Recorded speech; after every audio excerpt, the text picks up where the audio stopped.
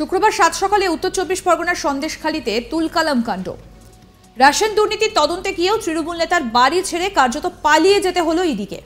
বাড়ি ঘিরে তুমুল বিক্ষোভ তৃণমূল নেতা শেখ শাহজাহানের অনুগামীদের।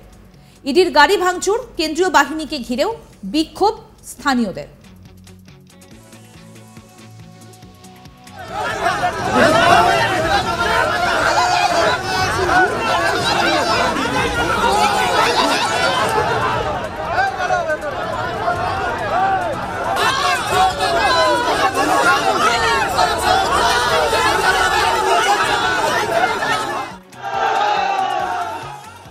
তৃণমূল নেতা শাহজাহান শেখের বাড়িতে ইডির ওপরে হামলার ঘটনায় বিজেপির রাজ্য সভাপতি সুকান্ত মজুমদার শুক্রবার কোচবিহারে বলেন, সন্দেশখালীতে শাহজাহানের মতো লোকেরা রোহিঙ্গাদের বসিয়ে ভারত বিরোধী শক্তি তৈরির চেষ্টা করছে। কেন্দ্রীয় গোয়েন্দা সংস্থার কাছে এমন ইনপুট আছে। আজকের এই ঘটনার ট্রেলার। তৃণমূল কংগ্রেস গোটা রাজ্যকে জেহাদিদের হাতে তুলে দিচ্ছে। আগামী দিনে বাংলার সব জায়গায় এমন ঘটনাই ঘটবে।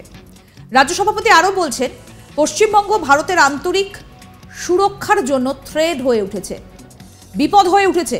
আগামী দিনে ভারত বিরোধী কার্যকলাপ পরপর পশ্চিমবঙ্গ থেকে হচ্ছে, এমনই দেখা যাবে। শোনাই কি বলেছেন বিজেপির রাজ্য সভাপতি সুকান্ত মজুমদার, শুনুন। এখন এখানে গ্রামবাসী বা সমর্থক না, এর মধ্যে রোহিঙ্গা আছে, অ্যান্টি ইন্ডিয়া অ্যাক্টিভিটি করে এরকম লোকেরা আছে। বর্তমানে তৃণমূল কংগ্রেসের এই নেতারা ভারতবর্ষের আন্তরিক সুরক্ষার জন্য অন্যতম থ্রেট বা ভয়ের কারণ হয়ে যাচ্ছে। পশ্চিমবঙ্গ সরকার যেভাবে এই রোহিঙ্গাদেরকে যেভাবে প্রোৎসাহন দিচ্ছে, শাহজাহানের মতো লোকেদেরকে যেভাবে দেশবিরোধী কাজে প্রোৎসাহিত করছে, আগামী দিনে পশ্চিমবঙ্গ সরকার ভারতবর্ষের অর্থাৎ আমাদের দেশের ইন্টারনাল সিকিউরিটি আন্তরিক সুরক্ষার জন্য বিপদ। এবং আজকে যে ঘটনা ঘটলো, এটা গ্লিমস ইংরেজিতে যাকে বলে, বাংলায় বলে যে প্রতিচ্ছবি, সামান্য একটা ছোট্ট অংশ দেখতে পেলেন। আর এর ট্রেলার আগামী দিনে বাঙালিদের সাথে এরকম সব জায়গায় হতে পারে।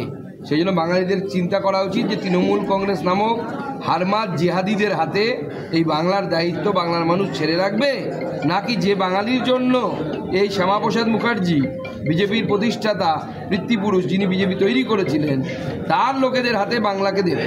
নাহলে বাংলার অবস্থা ওই বাংলাদেশের মতো হবে।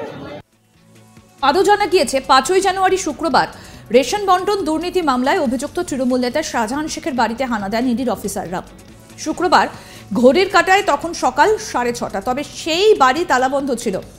অনেকক্ষণ ডাকাডাকির পরেও কারো সাড়া পাওয়া যায়নি। প্রায় 1 ঘন্টা অপেক্ষার পর সেই বাড়ির তালা ভাঙার চেষ্টা করেন ইডির তদন্তকারী আধিকারিকরা। তখনই ঘটে যায় বিপত্তি। অভিযোগ, নিজেদের তৃণমূল কর্মী পরিচয় দিয়ে শাহজাহান শেখের বাড়ির তালা ভাঙতে বাধা দেন তারা। ইডির অফিসারদের ঘিরে বিক্ষোভও দেখাতে শুরু করেন তারা। এদিকে এই ঘটনার পরই এলাকায় ব্যাপক উত্তেজনা ছড়িয়ে পড়ে। কেন্দ্রীয় বাহিনীর 2টো গাড়িতে ভাঙচুর চালানো হয়েছে বলে জানা যায়। শাহজাহান উত্তর চব্বিশ পরগনা জেলা পরিষদের মৎস্য প্রাণী সম্পদ কর্মাধ্যক্ষ, একই সঙ্গে সন্দেশখালী 1 নম্বর ব্লকের তৃণমূল সভাপতিও। অন্যদিকে বনগাঁ পুরসভার প্রাক্তন চেয়ারম্যান শঙ্কর আঢ্য শ্বশুর বাড়িতেও ইডির তল্লাশি চলে বলেই খবর। ইডির একটা দল সকালেই পৌঁছে যায় শঙ্কর আঢ্য শ্বশুর বিনয় কুমার ঘোষের বাড়িতে। বনগাঁর শিমুলতলায় তৃণমূল নেতার শ্বশুর বিনয় কুমার ঘোষের বাড়ি। শাহজাহান এবং শঙ্কর দুজনই রাজ্যের জেলবন্দি খাদ্যমন্ত্রী, প্রাক্তন খাদ্যমন্ত্রী জ্যোতিপ্রিয় মল্লিকের অত্যন্ত ঘনিষ্ঠ বলেই পরিচিত। আর তাদের হাত ধরেই রেশনের কোটি কোটি টাকা তছরূপ করা হতো বলে অভিযোগ উঠছে।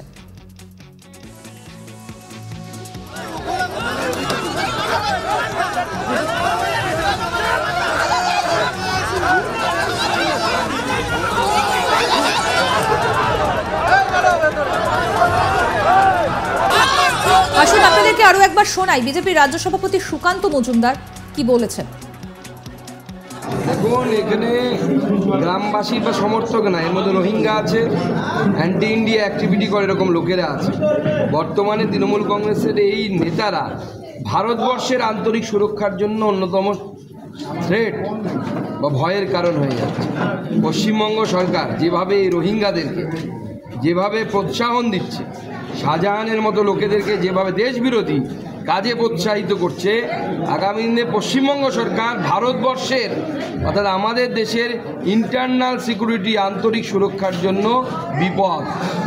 এবং আজকে যে ঘটনা ঘটলো, এটা গ্লিমস ইংরেজিতে যাকে বলে, বাংলা আরও আপডেট পেতে আজ তাক বাংলার ইউটিউব চ্যানেল সাবস্ক্রাইব করুন, নোটিফিকেশন পেতে বেল বাটন অপশন প্রেস করুন। এই ভিডিও সম্পর্কে আপনাদের মতামত জানান, কমেন্ট করুন, শেয়ার করুন, হোয়াটসঅ্যাপে ফলো করুন আজ তাক বাংলা।